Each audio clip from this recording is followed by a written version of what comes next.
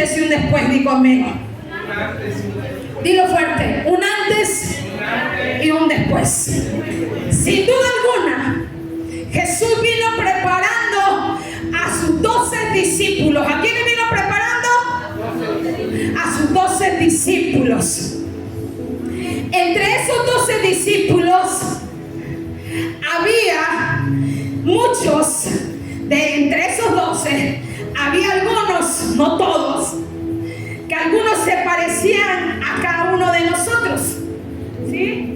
Porque Jesús llamó a 12, pero de esos 12 dice que varios eran de diferentes caracteres.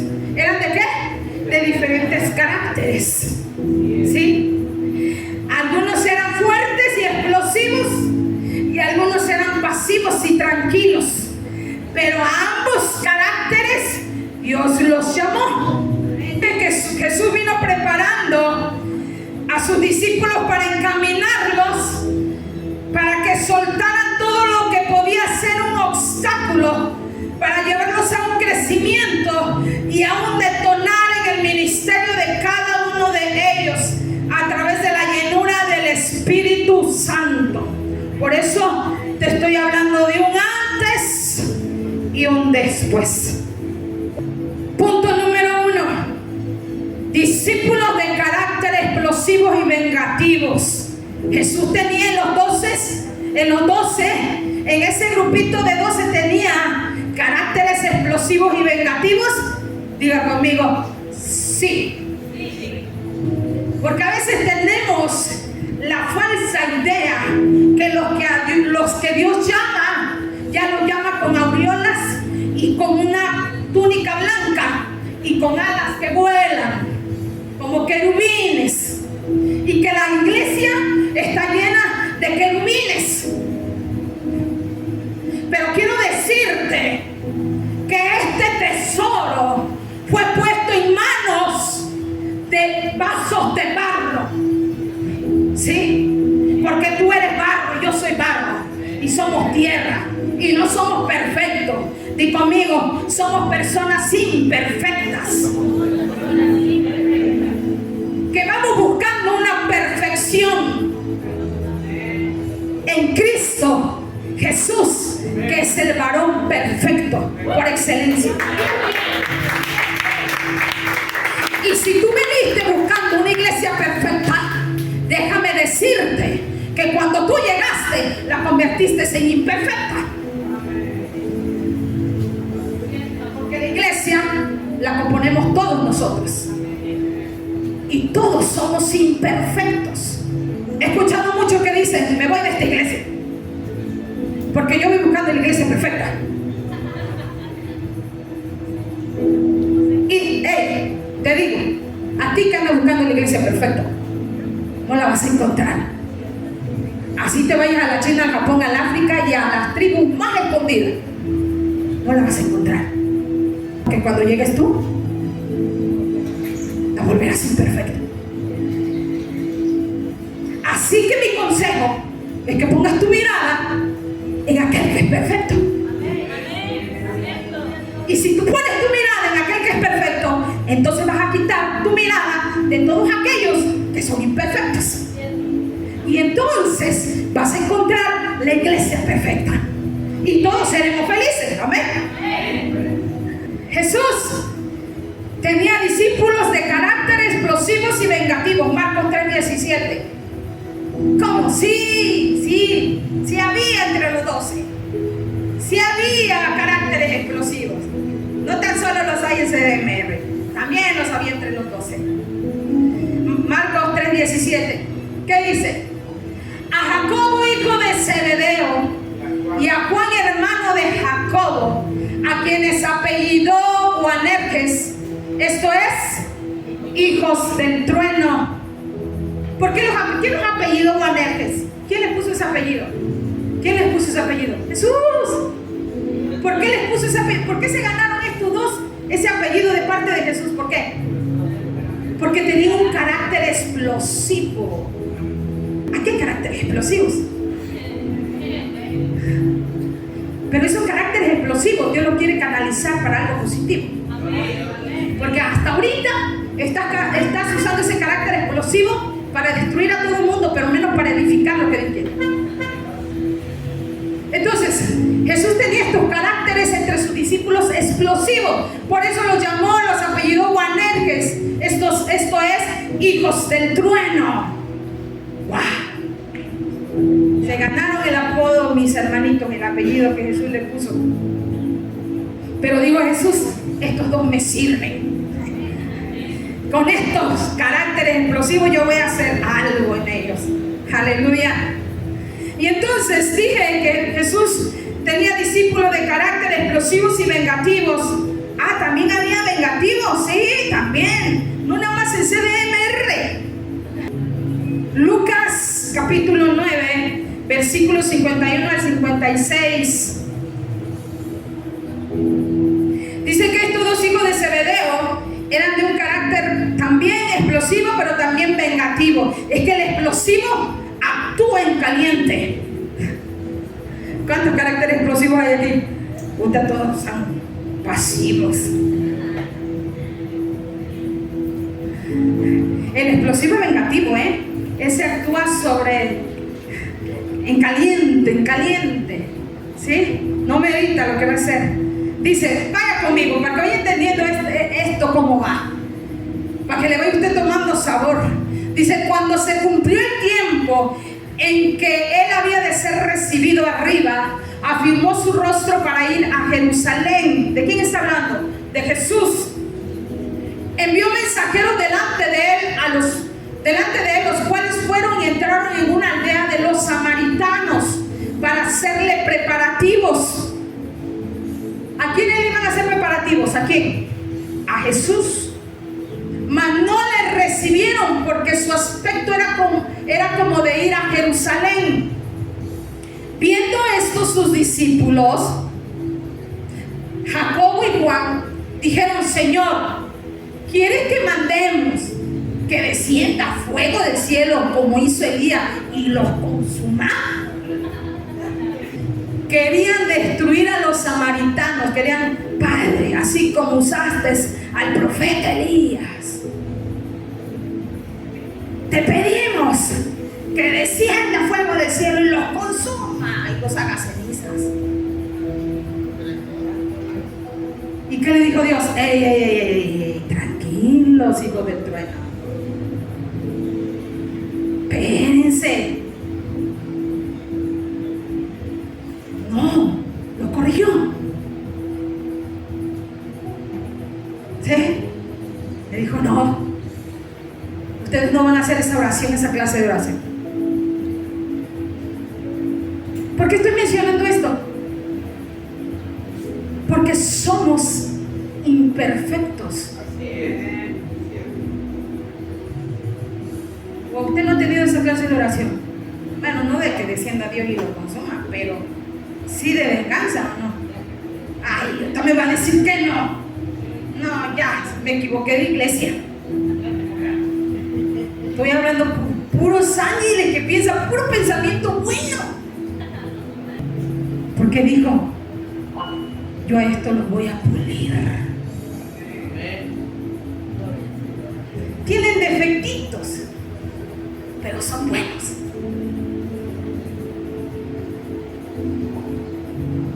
Tienen malos hábitos, pero me son útiles. Fíjate cómo nos ama el Padre, con qué amor nos ve, ¿no? Porque nuestros niños son traviesos, ¿no? Y yo cuando lo vemos durmiendo decimos: ay, pero qué hermoso niño tengo. Porque así nos mira Dios. Dios no nos desecha, nos moldea, nos enseña, nos corrige y nos va perfeccionando. Entramos en un proceso. Estamos en el taller del maestro. Estamos en el taller del alfarero. ¿Sí? Las iglesias son hospitales espirituales.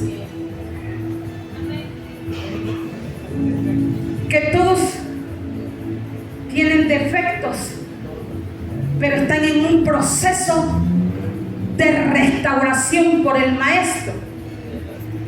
Y eso no lo va a restaurar, no lo vamos a restaurar nosotros humanamente, lo va a restaurar Dios a través de su Espíritu Santo. Diga conmigo. Antes del Pentecostés fue que mostraron tener entre ellos un espíritu de rivalidad ministerial. Había rivalidad entre ellos, había como híjole, ¿quién irá a ser el mayor? ¿Quién es el mayor aquí? Esto no nada más sucede en las iglesias, también sucedió entre los 12. Vámonos a Lucas capítulo 22, 24, Mateo 18, 1 al 3. Me voy rápido para no dormirlo. Lucas 22, 24 y Mateo 18, 1 al 3. Dice, hubo también entre ellos una disputa sobre quién de ellos sería ¿quién? El mayor. ¿Sí? Vámonos a Mateo 18, 1 al 3.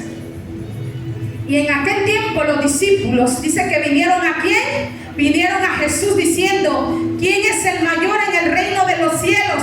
Ellos querían saber a toda costa quién iba a ocupar en primer lugar. Apenas estaban empezando y ya querían ellos, pero sin correr. ¿A cuánto le ha pasado eso?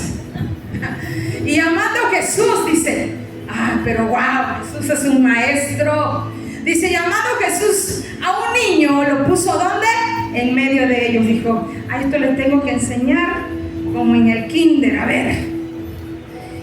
Y dijo, de cierto os digo, que si no os volvéis y os hacéis como niños, no entraréis en el reino de los cielos. O sea, en pocas palabras, les estaba enseñando, si ustedes quieren ser mayores, tienen que hacerse como estos pequeñitos. Compórtense como estos niños, que ahorita se pelean y al ratito se llevan. 2. Jesús los tuvo que llevar a una preparación. Diga conmigo, Jesús los llevó a una preparación a sus discípulos para poder recibir lo nuevo que Él tenía para ellos en el Pentecostés. Ellos tenían que ser preparados por Dios antes, porque había pequeños detalles, pequeños obstáculos que si Dios dejaba, si Dios no los trabajaba en ellos, lo que venía en el Pentecostés, lo que venía, la promesa de la llenura del Espíritu Santo, no podía ser depositada en ellos, porque no iban a detonar como Jesús quería que detonaran en su ministerio. ¿Sí? Entonces, hay pequeños obstáculos, diga conmigo, hay pequeños obstáculos en mi vida que Dios quiere que yo empiece a quitarlos.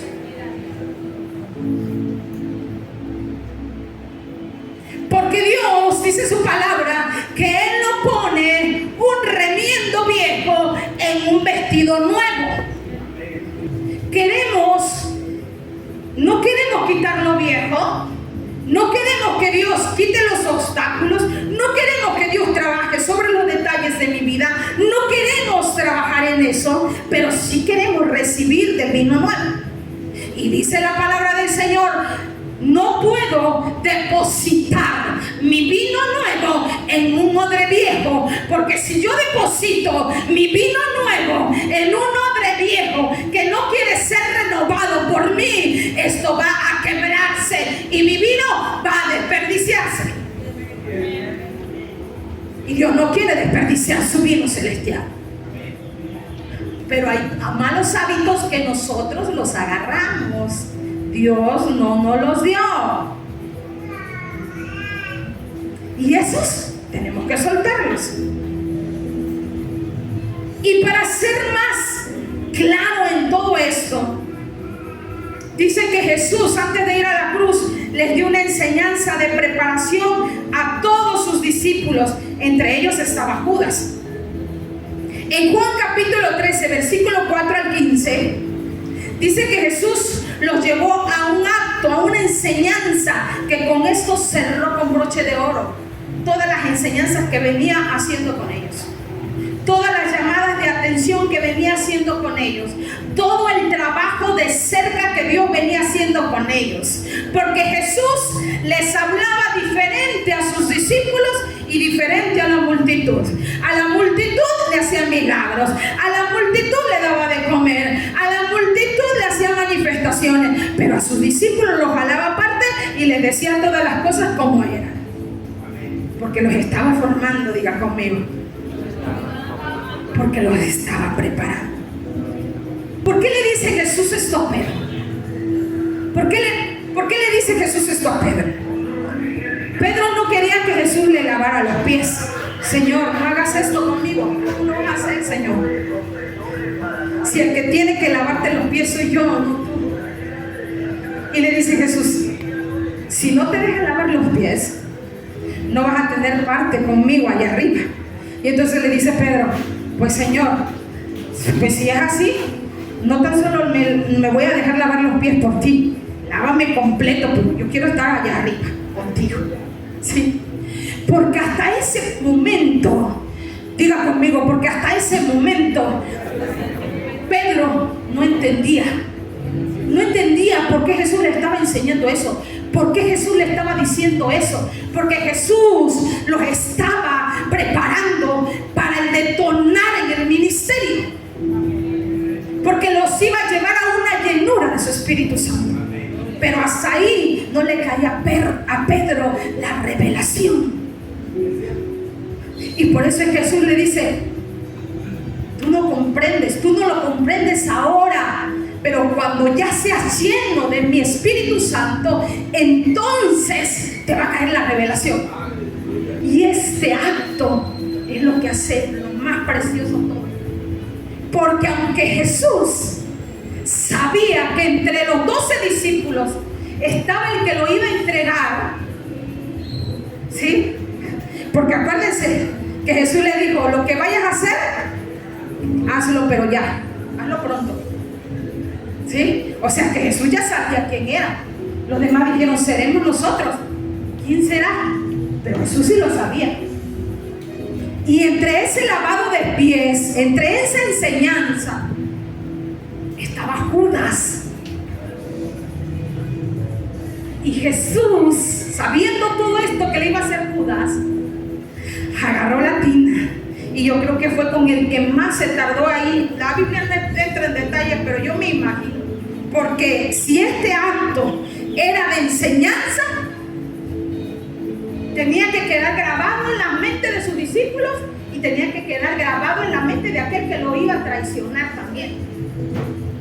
¿Te imaginas estar pensando que vas a entregar a tu maestro y sentir que viene, se arrodilla enfrente de ti, te lava los pies, te seca los pies, sentir las manos de Jesús llenas de amor y de misericordia y de gracia sobre ti? Es por eso que Judas, cuando lo entregó y teniendo el precio de lo sustraído, de la entrega, de la traición, dice que no aguantó más. Fue y allá donde compró con esas monedas, sí, que le pagaron por traicionar a Jesús, dice que ahí en ese terreno agarró y fue y se ahorcó porque no pudo más. Jesús lo hizo para enseñarles, ¿sí? Para enseñarles que Él, como su maestro, nada le demeritaba lavarle los pies a ellos, servirles a ellos. Dios les estaba enseñando la humildad, pero Dios también les estaba enseñando el perdón. Dios les estaba enseñando la gracia y la misericordia que fluye, que emana de su presencia. Amén. Hay cosas que tú no entiendes, iglesia. Hay cosas que tú miras y dices, a mí esto me parece locura. Pero yo quiero decirte que más locuras hiciste en el mundo. Y eres el hazmerreír de toda la gente, porque estabas bajo los efectos del alcohol y de la droga. Mira, a mí no me importa que se rían de mí si yo hago locuras por Dios. Amén. Quita tus argumentos humanos. Quítalos, sácalos de tu mente. Esos argumentos no sirven aquí. Los argumentos humanos no te van a servir cuando estés postrado en una cama. Esos no sirven. Porque cuando estás postrado en una cama, tus argumentos humanos y tus pensamientos humanos no te van a levantar de la cama. Eso te va a llevar Dios a mirarlo a Él y a tirar tus argumentos.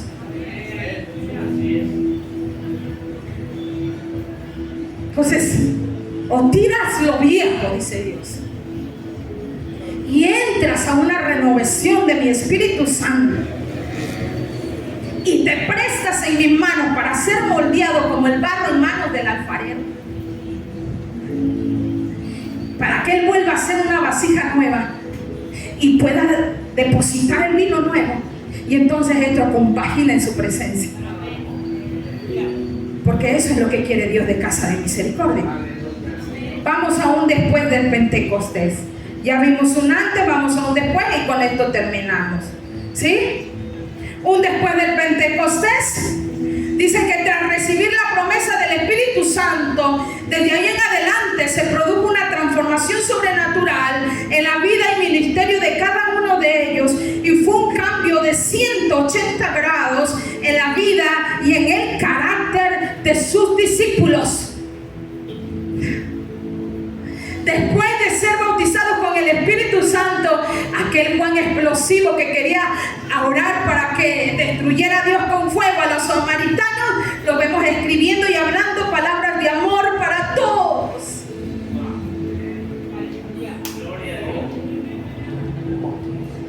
Impregnado del amor de Dios, derramando miel y derrochando Juan palabras de amor. Y era el hijo del trueno. ¿Quién lo hace? Dilo, ¿quién lo hace? El Espíritu Santo. Vemos a un Pedro mochando oreja. Vemos a un Pedro negando a Jesús. Y después vemos a un Pedro hablándole a la gente con tanta paciencia y tanto denuedo y tanta demostración de espíritu, llevándolos el mismo Espíritu Santo a una conversión en unas solas horas de 3,000 personas a los pies de Cristo. Se abrieron los cielos y empezaron a entender los discípulos que habían sido llamados para extender este reino de Dios, y se produjo en ellos un espíritu de unidad y un espíritu de compañerismo. O sea que ya no había envidia quién iba a ser el mayor. Ya no había tiempo de pensar en eso, porque ¿sabe qué? El Espíritu Santo los traía en una activación que los traía ocupados, y solamente tenían lapsos de tiempo para reunirse en sus casas y tomarse el cafecito y tomarse el tecito y seguir alabando al Señor. Y vamos Pedro, y vamos Juan, y vamos a la casa, ¿verdad?, de fulanito de tal, pero ahí vamos a tomarnos el café y vamos a provocar la unidad y el compañerismo. Todo era armonía. El Espíritu Santo ya no estaba al lado de ellos, sino dentro de ellos como promesa. Muchos, dice Dios, muchos tienen a mi Espíritu Santo solo en conocimiento, pero no lo conocen. Mi Espíritu Santo lo tienen a un lado, pero no lo conocen. Y es muy triste que la iglesia de Dios sepa que existe un Espíritu Santo y lo tenga a un lado solamente, pero no lo tenga aquí. tenga dentro. Y los discípulos lo tenían dentro de ellos. El Espíritu Santo ya había detonado dentro de ellos. Y entonces, en el libro de los Hechos, en el capítulo 5, versículo 12 al 16, y con esto cerramos, dice que se empieza a suceder los hechos de los apóstoles. Y por la mano de los apóstoles se hacían muchas señales y prodigios en el pueblo. Y estaban todos unánimes en el pórtico de Salomón. De los demás ninguno se atrevía a juntarse con ellos, mas el pueblo los alababa grandemente. Y los que creían en el Señor aumentaban más, gran número así de hombres como de mujeres, tanto que sacaban los enfermos a las calles y los ponían en camas y lechos, para que al pasar Pedro, a lo menos, dice, su sombra cayese sobre alguno de ellos. Y aún de las ciudades vecinas muchos venían a Jerusalén trayendo enfermos, atormentados de espíritus inmundos, y todos eran sanados. Esto se produjo después del Pentecostés. Ponte de pie, iglesia.